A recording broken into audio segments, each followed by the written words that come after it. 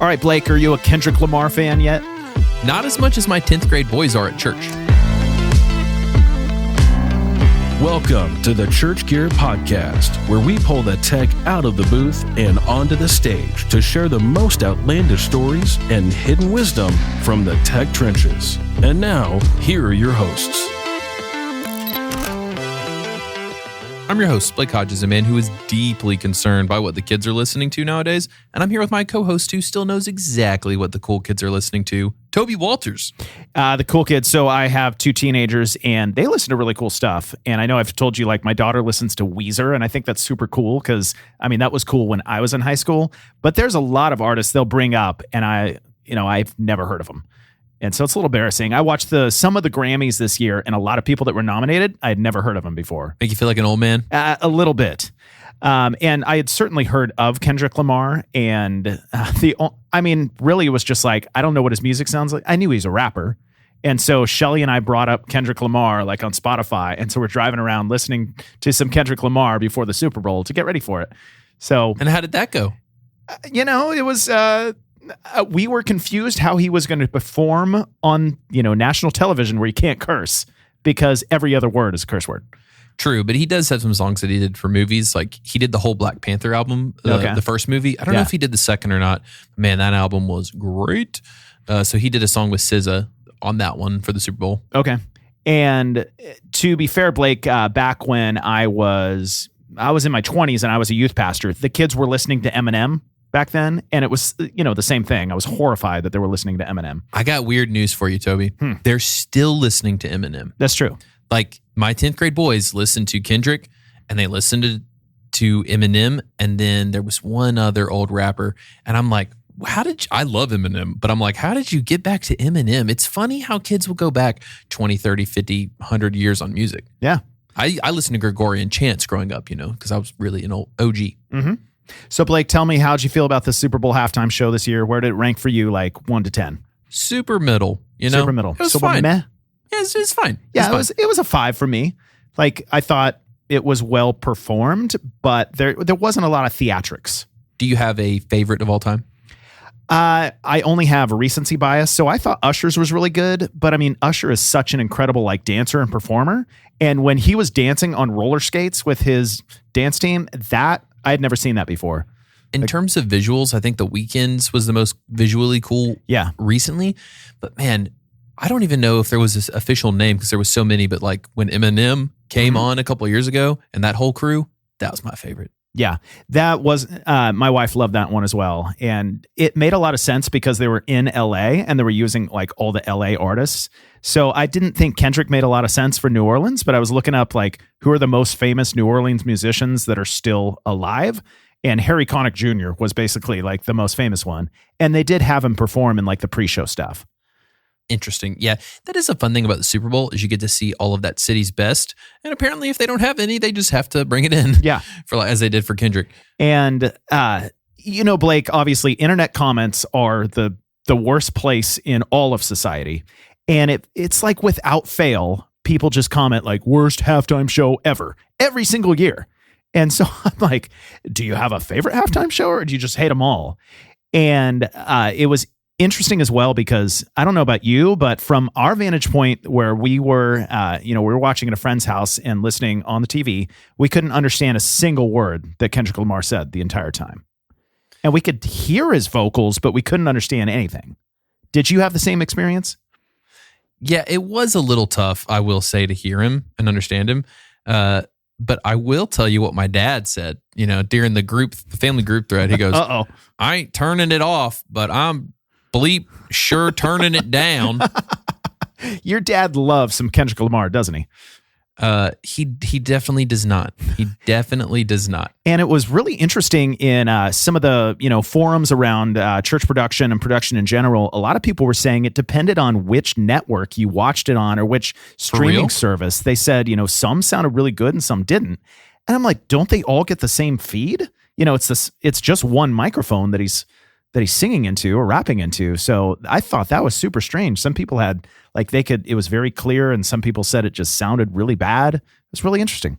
Interesting. If only we had someone that we could ask about, the differentiating on mixing for broadcast. Yeah. Different networks do that. Speaking of which, so someone who definitely can answer that, the broadcast production director at Elevation and the real social media star, Jared Olson, is joining us today. Jared, welcome to the pod. Man, I'm happy to be here. Funny story about social media and Elevation Church. Stephen Shepard was my intern.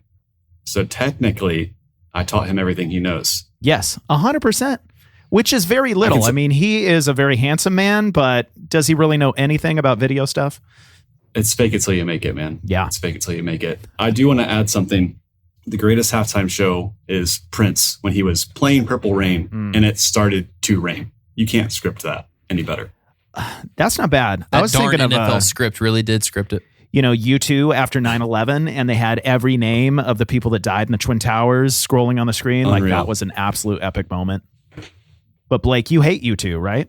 I don't hate them. I mean, the one that I remember from my childhood is Justin Timberlake's, utter disaster. Because I'm a kid, and that's kind of some of the first action you see when you're like 6, and you're like, what on earth? But it was so fast. You're Calling like, that action did I see is that? awesome.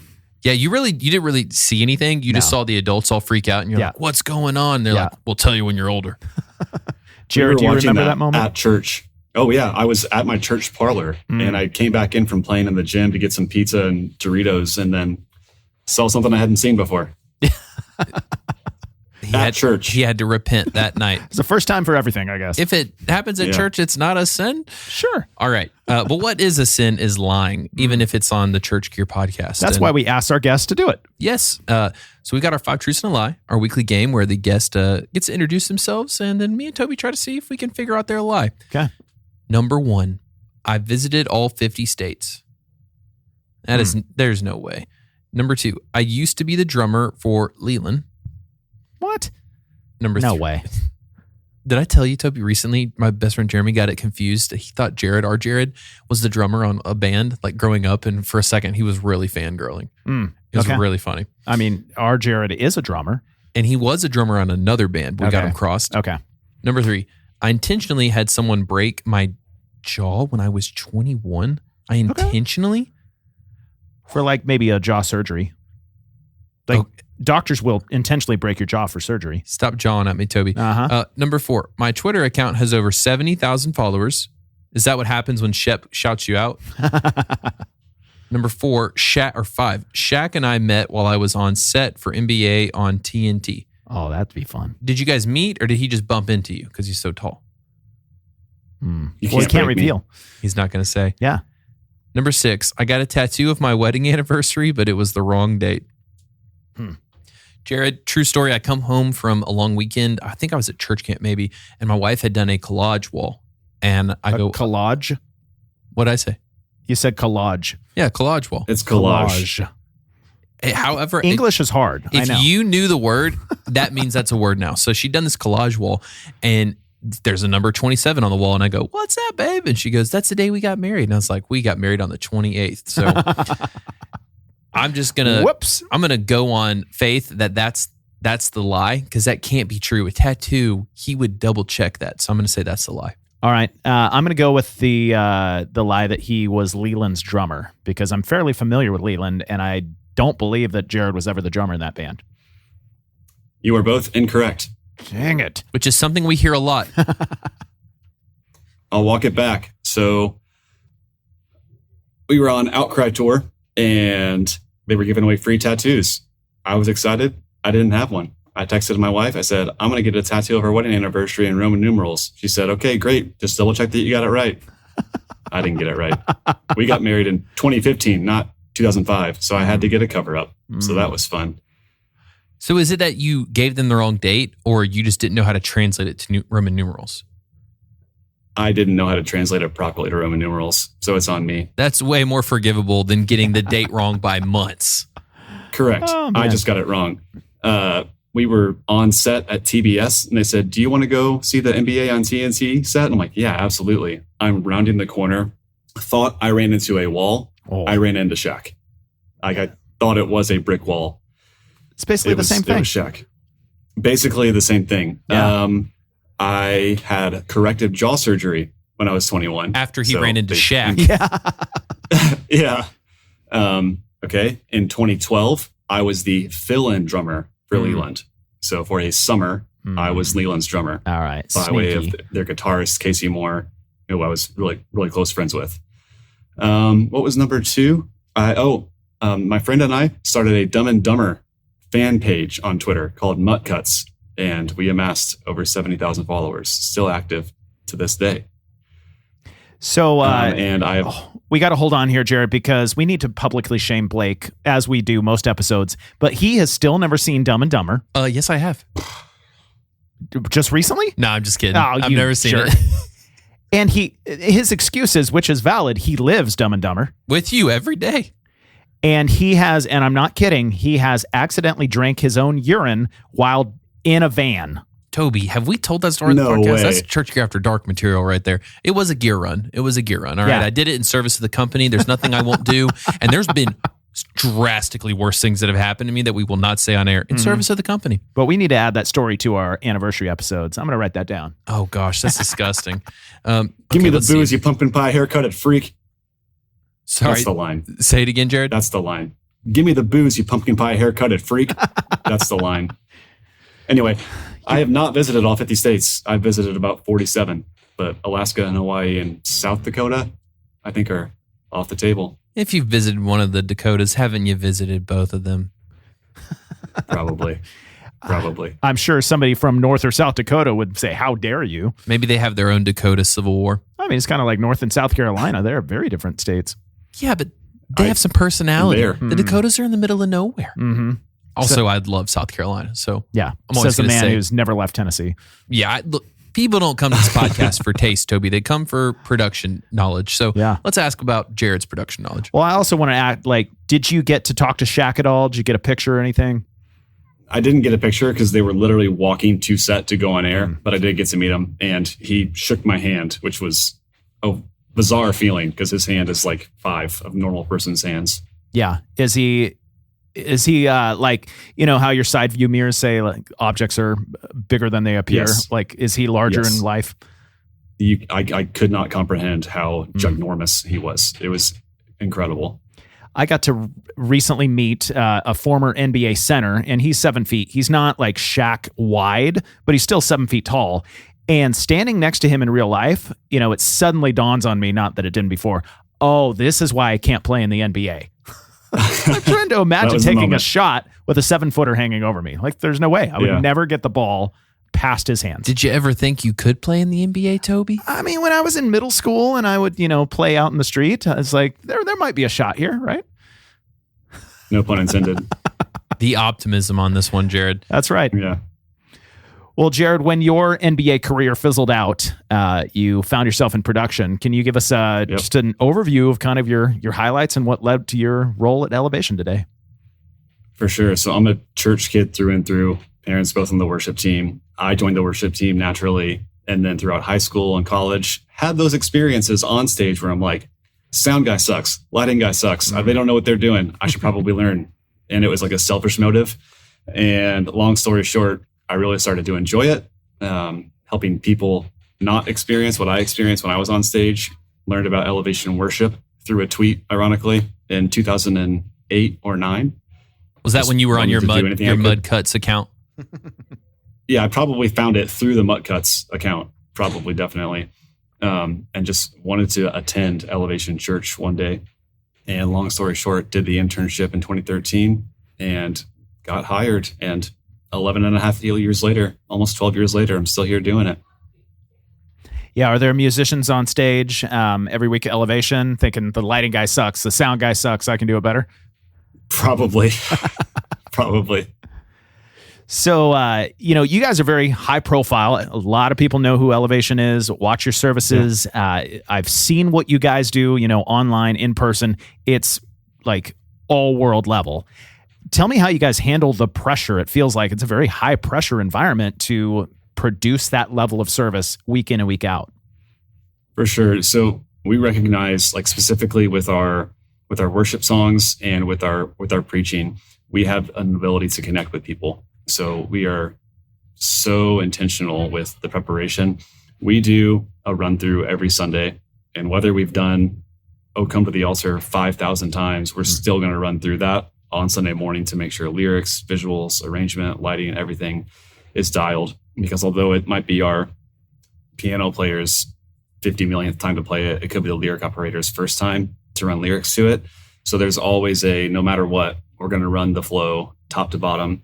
And as far as pressure goes, you would be shocked at how little we think about the reach we have while we're in the moment. Our biggest campus auditorium seats 1,750, according to fire code. We break it all the time, but that is allegedly. They allegedly break the fire code for legal rules. We're saying allegedly. Bleep that out. We truly don't view ourselves as like a global ministry while we're in it, while we're doing it. It's like, I'm at my campus. We have 19 campuses. So every campus production director and worship leader is trying to steward what they've been given, and bring like an offering of worship, not to get too serious too fast, to their campus, to their people. And we focus on that first and foremost. And it's not like every Sunday morning during talk through, I'm like, "Hey guys, did you know that we're going to be streaming to over 100,000 people today? So make sure you think about that and don't screw it up." Like, no, I don't do that. Yeah. I guess I could, but it's not something I want to start. It's like, no, like we've been given this Sunday with these songs and these graphics and visuals, and we're going to support those the best we can. Yeah.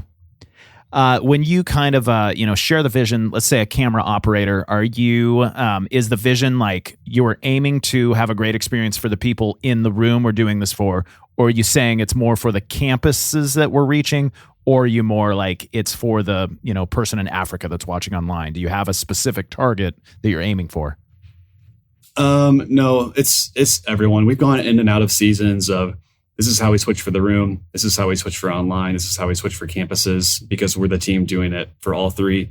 But ultimately, we've simplified it. So it's one cut for worship, and then it's what you see is what you get. For campuses, we give less for a sermon than we do for online. For online, we'll take big wide shots. We'll take crowd reaction shots. But for campus, it's pretty much waist up, head to toe for sermon, and keep it simple, stupid.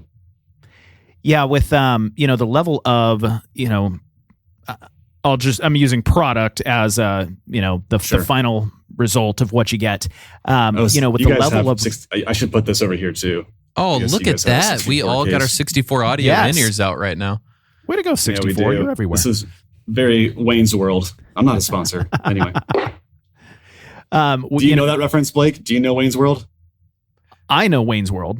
Blake? I know it's a thing from the 90s. How old are you? 31. Dang, I'm 34. I feel 49. Yeah. Which is a great age if you're 49 out there listening. I mean, Toby is 49 times 3, but he's getting by. Yeah. Okay. Anyway, sorry to derail. Product. I mean, with the final result you guys are putting out, it's such a high level of production. Is we might assume like, oh, well, they have a very high expectation for volunteers that join their production team. Can somebody that doesn't know anything about production get involved, or do they need to have a certain level of experience to do it? And how do you guys train them from the ground up? It's a great question. We are probably a 85 to 90% volunteer based production. So we have a couple production directors, a couple sound engineers, lighting op who are on staff or contracted to do so, but anybody can join the team. And with appropriate background checks and all of that kind of stuff, going through our volunteer orientation. But anybody can join the team. I'm looking for a good attitude and timeliness, and we go from there. So anybody who joins the team, they're probably going to start off gripping cable for a camera, or pushing the dolly, or running, like sitting with the shader. So they're in those less high pressure roles. And after a couple of months of consistency, if they do have consistency, it's like, hey, are you here for a position, or are you just here to serve? Because if you're here to serve, that's awesome. And now we can talk about other positions. But if someone walks in and it's like, I'm going to be switching by next week, it's like, hold up, partner. No, you're not. Yeah. I just need you to show up on time. And if I ask you to be a camera op, you can be a camera op. If I ask you to run lyrics, you can run lyrics. And we're looking for a good attitude. Jared's like, you will be switching by next week into a different ministry. Yeah. Do you have some roles in production that is always either like a staff member or contractor that you don't put volunteers in those seats? What are those seats? Yeah, so front of house, monitors, broadcast audio, lighting, actual production director, and then like IEC, so like building engineer, those are all staff or contract. Everything else is volunteer. Even we have a rotation of video directors, and those video directors, we don't have a full-time video director. We have a couple staff and a contractor that we rotate in and out, but that is not a full-time role for us. Yeah. What's the highest pressure spot for those seats? Highest pressure spot is probably currently it's front of house audio, followed by a close second of whoever's writing scripture. Okay. You got to keep up with those changes. Yep. So with, everything you guys are doing as a team, how do you prioritize team health? How do you keep balance in, work-life balance, as the cliche goes? How do you keep your team focused and healthy? Definitely. So we have a A/B rotation. So the goal is that no one is serving back-to-back weekends. So ideally, someone serves twice a month, and then the weekend they're not serving, they're attending with their family or their group or you name it. Obviously, volunteers call out. People get sick. Life happens. Yeah. But we try to really work hard to do every other week opportunities, which mean we have to have a big team and have to have a lot of cross training. We're doing every other month training nights right now. The goal is just 6 a year. If we want to do more, we can do more. But let's get you guys opportunities to serve in a in the moment Sunday morning experience. And then, stuff like youth nights and campus nights where it's not a broadcast to everywhere. Those are training opportunities. And a principle that we try to apply is don't say someone's no for them. So I can ask somebody, and if I was nervous to ask someone, I'd be like, no, they're just going to say no. Like I wouldn't even ask them, but you'd be surprised at how often people would jump on an opportunity to serve. So I always ask. Yeah. You said volunteers, they call out. Is there any volunteers you would like to call out here in this podcast for calling out too much? No, they're not on the team anymore. We have a 3 strikes and you're out policy. So if you either call out 3 times or you're like late 3 times, it's like you can go serve in the parking ministry. They bury you under the concrete in the parking ministry. Yeah. Yeah. You're now a speed bump. You're serving as a speed bump. Toby, can I get that? I think I could be a great speed bump. I agree. Yes. We'll put that in your job description. All right. So, Jared, I'm assuming the every other doesn't apply to staff in production? Correct. Okay. Yeah, absolutely not. No way. And how do you guys try and prioritize health, just keep that balance on staff? Yeah, so we get 4 weekends off a year, so once a quarter. But we are constantly trying to duplicate our knowledge and skill set into other people. So if say, for instance, Shep's out on a Sunday, it could be me that covers for him. It could be our online production director. It could be our lighting operator. So we have depth as far as building knowledge goes to be able to cover for people. Yeah. Or say we have a Sunday where there's a guest speaker and I want to go visit other campuses to see how they're doing, help them. We have a actual campus production director at our broadcast location. It's like, hey, you're going to produce this Sunday, so I can go evaluate other places. So it very much is an open-handedness to, I'm not the only one that has to be doing my role. I want other people to be able to, do it and flourish and have a hit by a bus plan, if you will, or a speed bump plan, if you will. Did I just hear Jared plans to get hit by a bus? That's not good for your health, Jared. Don't do it. Yeah, you're right. I have gotten hit by a minivan before on a run. Ooh. That was fun. That's why I don't run. Is that the same thing for you, Blake? I just always make the argument, people get hurt exercising, so I just don't exercise. Hey, checks out. Yeah. It's one way to approach it. Jared, I know we've had this conversation, you and I, before, but I want to talk about kind of the unity between production and worship, at Elevation. How do you guys handle that? Just, are you one team? Are you separate teams? How do you build that camaraderie and communicate with one another? I mean, obviously we're separate teams with, very direct focuses, but we have a very close relationship with our worship teams from campus to campus. I have obviously been here a while, but I've known our worship leaders, had meals brought to me when my family was in need by our worship leaders. We've had, long heart-to-heart conversations, like me and my MD, through a lot of various life stages. But our production and worship teams, specifically for staff, are very close. Not that our production or our worship teams aren't friendly to our volunteer teams, because we got a camera lens right in their face. But no, it's a very, very healthy relationship, because we understand that one team cannot exist without the other. Yeah. Do you guys have any specific guidelines as far as, how you communicate to each other, how you, serve one another? Are there, some specific like top 3 that you default to as teams? No, it's not that formal. Be friendly, treat people as people. Yes, we have our worship team has a global platform and we tour and that kind of stuff, but it's just my friend Chris to me. Yeah. It's not like Chris Brown of Elevation Worship, who's on a CD cover. Wow, I aged myself saying CD cover. Who listens to CDs? He said he was only 34, but I think he was lying. Mm-hmm. And he's in church right now, so double sin. That's right. Bit of an old soul here. No, it's just like treat people for people and don't make it weird. Yeah, I've tried to tell Blake that a lot. Like we sit together and I'm like, Blake, I'm not global superstar Toby today. I'm just ChurchGear podcast Toby today. Yeah, totally. I told Toby not to make it weird in the last all staff, Jared, where we did a survey asking people why they buy gear from us. And someone replied to this survey, Toby's legs and Blake's shapely body. And I thought that was hilarious. So I say it in all staff, and Toby makes it weird because he tells us it was him answering the survey. I thought it was so fun until then. I know. Got some narcissistic tendencies. I was truly wondering if it was an anonymous survey, because, when you go into the survey, it does show your email address, but it does also say it's anonymous. So I was like, this would be really funny if it's anonymous. And truly it was. So he got me. I stepped on that rake. I love that. Do you guys have any history of practical jokes at, Elevation between teams? You guys ever try to play a joke on the worship team, or you guys just keep it within the production crew?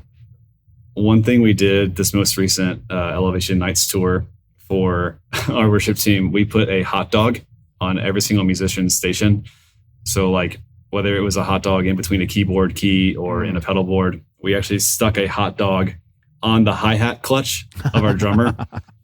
We put a hi-hat in place of the talkback mic for our bass player. So when he went up to go talk, it was a hot dog. So yes, we absolutely play pranks on each other. Yeah. Do they ever let you play drums for Elevation Worship these days? Not on a Sunday, but when we have midweek services on a Wednesday night, then absolutely. Well, I have 2 kids now. I have a 3-year-old and a 5-month-old. So those kind of things don't happen as often as they used to. Yeah. I'm a family man. But yes, absolutely. So what you're telling us is you're midweek good, but you're not Sunday good. Hey, I'll take whatever I can get. I'm humble. Wow, Toby, that's brutal. Hey, I do remember that we meant to ask him about something earlier and we never did, unless I just totally blacked out. You probably did, but go ahead. The diabetes is getting me. Jared, did you have an answer for us on the Super Bowl? Like, do you think it's feasible that there could be multiple broadcasts being shot out? Or to say it a different way, all the networks were mixing it differently, and so some people were experiencing the sound in a different manner? There is no way that every network had their own engineer. Like, there can't be. Yeah. Like, they might have had different, encoders, but there's and it could be that kind of situation, but there's no way. It can't be. There'd be a lot of extra work to make something sound bad. Yeah. Did you watch the Super Bowl halftime show? Yeah. What was your opinion? Like, how did it sound to you? So I do live production for my job, but at home, my sound is my TV speaker, and it is a 9-year-old Insignia. So it is what it is. Sounded fine to me. Yeah. I know recently you guys have had some, funky issues with Pastor Furtick's mic. Can you tell us a little bit about, what's going on and what's blown up the internet, and tell us, some of the realities of solving that problem for you guys? Yeah, absolutely. We've, for whatever reason, no matter how much we test during the week on a Sunday morning, we cannot replicate some headset issues that we've been having with, we use the Shure Axient series and the DPA 6066 headsets. That's what our pastor likes the most. But it was snap, crackling, and popping on Sunday. And then the next Sunday, we changed to a different headset. Same thing. Rented a Sennheiser pack the next week, but he accidentally hit an RF mute on the back of his pack. So our monitor engineer had to go out and fix it. Long story short, our audio director was in touch with DPA because he said, the little pin that you put in the pack keeps getting loose and it falls out. So we got a locking connector. So you stick the connector in, and then we have a screw lock on it. This past Sunday was our first Sunday to use it, which was February 6th. I don't know when this is going to air. Yeah. Sometime in 2045. 2045. Great. Perfect. Yeah. So very relevant. Everyone will know who Kendrick Lamar is. And yeah, it worked. It worked great. So it was very much so like a open conversation with our pastor of us saying, can we try different headsets? Can we try different packs? And he's like, I'd rather not try a different headset. I like how this one feels to me. It feels great. I'm down to try a different pack. We tried a different pack, and it was a push to turn on versus a switch to turn on. And he likes to have control of his pack because he's been places where he's, heard the pastor go to the bathroom through the PA and that kind of stuff. So he's like, no, I want to be able to know I go left, it turns on. I go right, it go off. So he was very involved in the conversation. He's like, I want that pack back, but I want a working mic and a connector. I'm like, okay, got it. Yeah. Here we go. Did you try and put the blame on him, or you say, Pastor, if you would just stop moving around so much on stage, like just draw down the energy and your mic will be fine? Yes, we're going to move you to a straight stand and a wired 58. So it's going to be a comedy special, and that's the new move. Pastor Furtick's got some jokes. I think, a little stand-up special would play well. Anything is possible. Anything is possible. Toby, did you just say Pastor Furtick is a joke? How dare you? I said he's got jokes. Yeah, okay. Clip it. Careful, Clip Blake. it. I'm going to call down fire on you. Okay, listen, I don't think you're that close to God now. No, I'm not. So, Jared, we always love good disaster stories, and we just like to assume that, you guys have done so much production at Elevation that you've got some great ones. So if you're willing to actually be vulnerable in some of these moments, we'd love to hear. No, everything goes right all the time, especially with our headsets. But let's say, hypothetically, this past Christmas, it's our first broadcast, and context, we use Ross Tria to have our video play and capture. And we use videos that are in 5.1 exports. So audio, like track audio and voice audio are separate. Long story short, we go to play a video. We are 7 minutes in to the production, and you can hear the track, but you can't hear the voiceover. And it's our pastor's wife doing like a welcome video, setting up the Christmas production. So it's not like it's not important at all. It's like, no, this is very important. You can't hear her voice. We're on comm. Front of house engineer says, I have no audio. It's not hitting the channel. And I go to look, and I'm like, no, I see it on my side. And at this point, it's been like, 30 seconds, which in live production is an absolute eternity.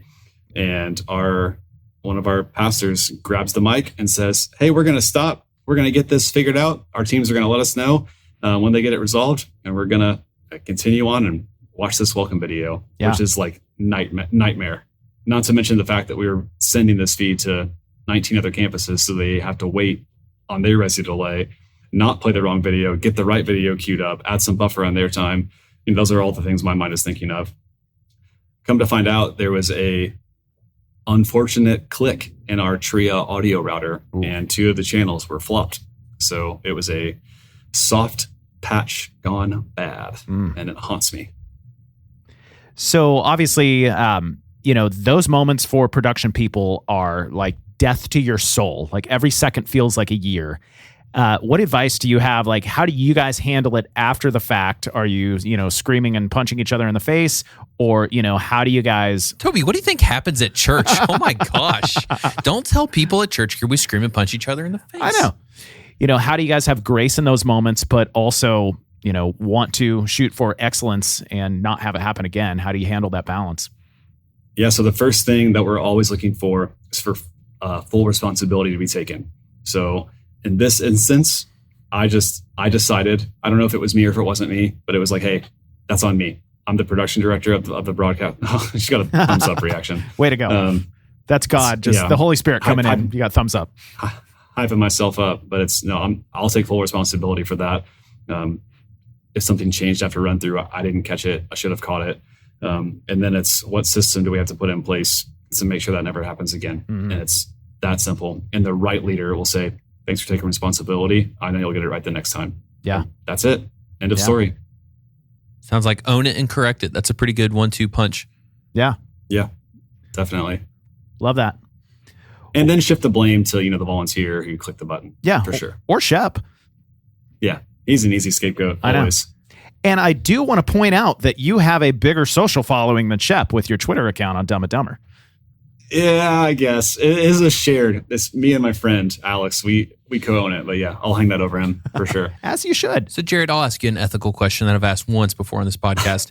If you have a mistake caused by a volunteer, how do you address that with the pastor? Do you let him know it was a volunteer in general? Do you say it was this volunteer? Do you say you take the bullet? It was our team, and how specific do you get? If it is involving a volunteer and Pastor Stephen asks me directly what happens, I will, obviously, every situation is different. Say, here's an example. He was doing a sermon illustration where he had building points and the volunteer went out of order. Come to find out, they had actually changed the order on the computer. And it was like a building thing. So it was like, it needed to go in this order for the sermon illustration to make sense. And he texted me between services and was like, hey, what happened? Which is a loaded question. Yeah. And I said, I didn't check that the computer had the graphics in the wrong order. I did not say the volunteer put the graphics in the wrong order. I said, I didn't check that they were in the right order. So I cover the volunteer. Yeah. All right, Toby, cut the check. We got the info from him, just like Verdict asked right before we recorded this podcast. Yep. Let's send it over to him. This was the gotcha moment that Pastor Stephen asked us to get on Jared. Yes. It's great. Yeah, absolutely. No, I mean, I do think it's an important question to ask because, how do you explain problems and when do you say names and when do you not? That's a delicate balance. Yeah. I mean, there are other times where it's like something wrong gets taken. It's like, hey, the volunteer fat fingered it. Like, can't avoid that.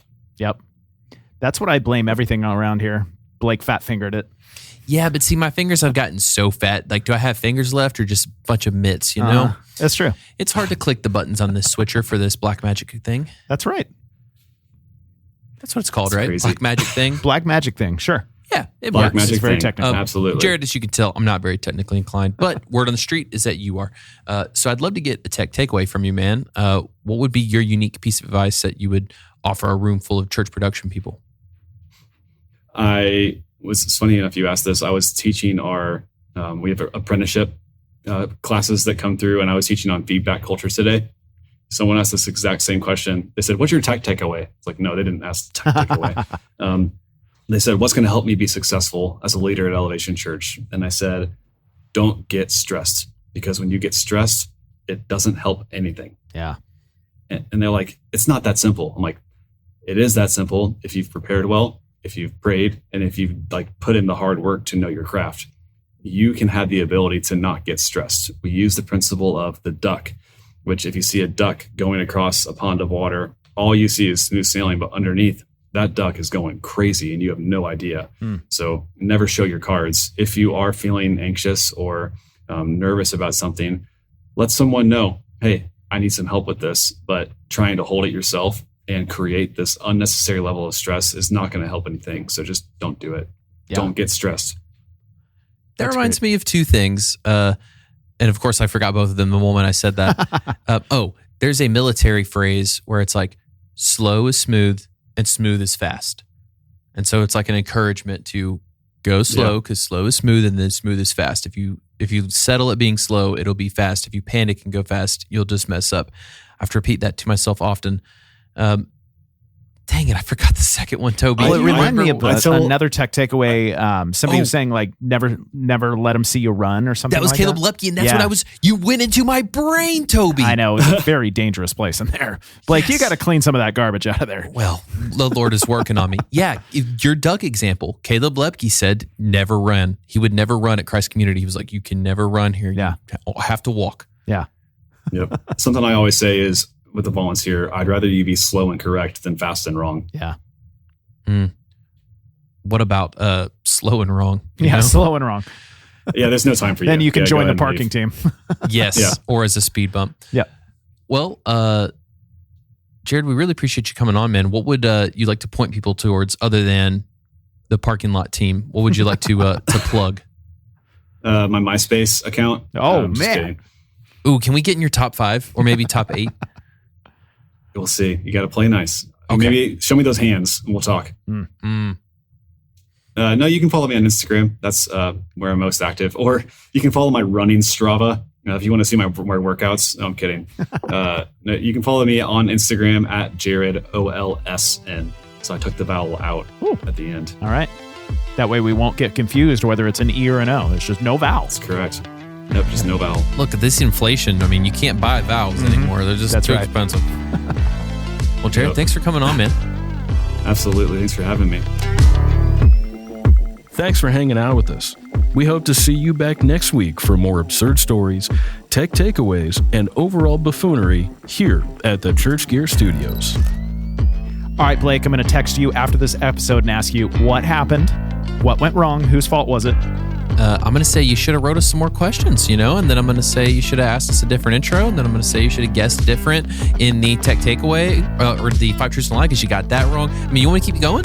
So your strategy would be if you were a production director at your church and your pastor asked you what went wrong, you would say, you did it, pastor. Be like, verdict, clearly you're not praying enough, man, because the message was terrible. That's what I would say. That's not what I am saying. I'm not saying that. Yeah. And if you are horrified at what Blake just said, I think you should share it with your friends. You should tell everybody. And say, just turn it off right at the end. Whenever they say what plugs you got, just turn it off right then. That's right.